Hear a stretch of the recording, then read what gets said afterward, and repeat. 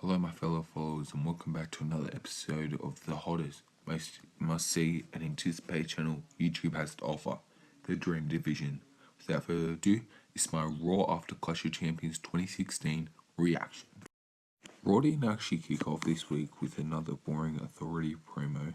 Actually kicked off with the new United States Champion Roman Reigns going up to defend his United States Championship against Rusev. Everyone knew Rusev wasn't going to win because Roman's not going to have a 24-hour US title reign. He's not like The Miz, and he's had two of them. But the match ended up in double count-out, but that's alright because they'll just be feuding over the next couple of weeks and probably the next pay-per-view. The next segment of Raw was what I thought was really confusing of last night's Clash of Champions. That was Cesaro and Sheamus. How their match just ended in no contest, and Mick Foley came out to address it.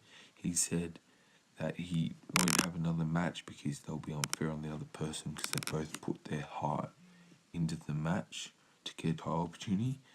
So he made a decision that raised a lot of eyebrows, but not mine, because I actually predicted it. I know I didn't say in the reactions of last night, but I actually predicted it. He made Sheamus and Cesaro a tag team.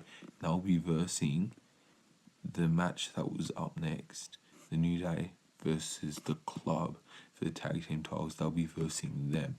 I'm guessing at the next pay-per-view, but we'll see. And then New Day ended up retaining with Kofi winning with the Trouble in Paradise with all this bloody face. So it'll be Sheamus and Cesaro versus the New Day for the Tag Team Championships.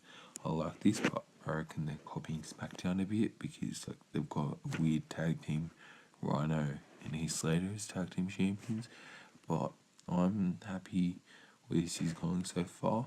I'm interested to see where it goes. New Day just went for over 400 days, so they actually might drop the titles since they're over 400 days. And later that night, Sheamus and Cesaro versus two jobbers, and I reckon they actually work well together. Obviously, it's a heel and face, so they're not going to actually work well together, but you know what I mean? I reckon they got good chemistry together. Looking forward to where this is going. So it shows backstage in Stephanie McMahon's office. Mick Foley comes to her and he goes, "You played me. Like, I felt like a fool. Like, I trust you, Stephanie. How could you do this?" Stephanie's just acting like, "Wait, what are you talking about?" He's saying how you accidentally cost Rollins the title last night, and then you see Triple H come out and he said, "How did it go?" And you said, "Great." And Stephanie literally lost that Mick. He almost fired him. And then all of a sudden, Mick was like just playing, like saying sorry and that, like he was basically sucking up to Stephanie McMahon. Stephanie was saying how her husband came to pick her up, Triple H, and he hadn't saw the show, so he was talking about that. But basically, Mick is starting to read Stephanie, and I believe this is going to turn into a really good storyline. So I understood why Nia Jax had squash matches. She was on Raw, by the way, this week. I don't really understand why Bo Dallas had squash matches, but he was on Raw this week. But they gave the squash match to Bayley. Bayley comes out cutting this amazing promo saying how she wants to be the women's champion. She doesn't care that she lost last night. She's going to put her head up and be rebuilt, and she's going to reclaim that women's title. So they put her in a damn squash match. How's that build any momentum for Bayley? How? WWE don't know what they're doing. They could have even put her in a match against Alicia Fox or who else? Anyone, really. But no, they put her in a damn squash match. Obviously, she won, but still. But on the brighter side, there was a segment with Charlotte. She was with Dana Brooke. Dana didn't even seem like she was going to turn on Charlotte, which is weird, I guess, because they've been building that up and teasing that storyline.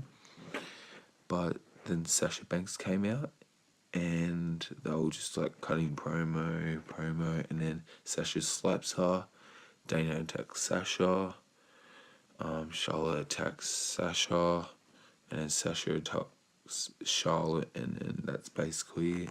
They're probably going to have a match. I hope she drops the belt to Sasha, but knowing WWE and that she's a Flair, she's probably going to retain. But yeah, I quite liked this week.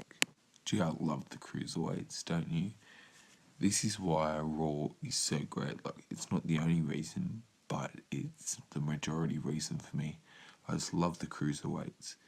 Like, last week, I just thought they were just going to be in, like, one promo a week, and in a couple of weeks, they're going to be nobodies, and the promos are just going to be around the title. But this week, we had 2 promos. There was one for the tag team division in the cruiserweights, and then there was one for the cruiserweight title, TJ Perkins. Brian Kendricks is probably going to still have a rivalry with TJ Perkins. I reckon TJ Perkins is going to hold on to it. But I love how they're bringing in tag cruiserweights. Hopefully one day they can build their way up to the tag team championships. But who knows? So keep it up, cruiserweights. You are pleasing everyone. So we have this segment where it's Chris Jericho and his best friend Kevin Owens, the Universal Champion, on the highlight reel. And Chris Jericho, he's just the best thing in wrestling and on Raw, and he's just the best thing right now. He's just so funny. And then Enzo and Cass interrupts them.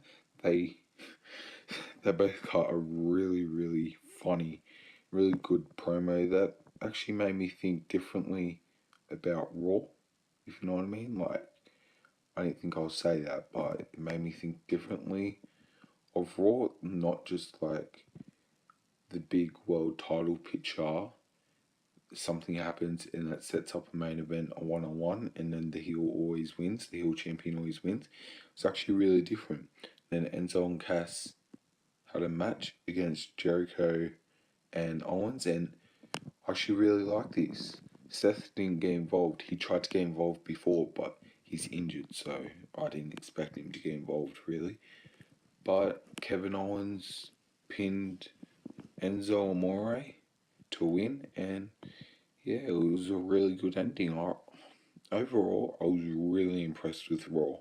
Like, they must have heard that no one has been liking it ever since the brand split. Like, yeah, they've had the occasional week where it's been really good, but it's just been boring and predictable. This week wasn't predictable that much. It was really entertaining. Smackdown needs to beat it. And don't forget to like, share, subscribe for more. You have witnessed the best wrestling channel there is, the best wrestling channel there was, and the best wrestling channel there ever will be. Tune in tomorrow when I do my Smackdown live reactions.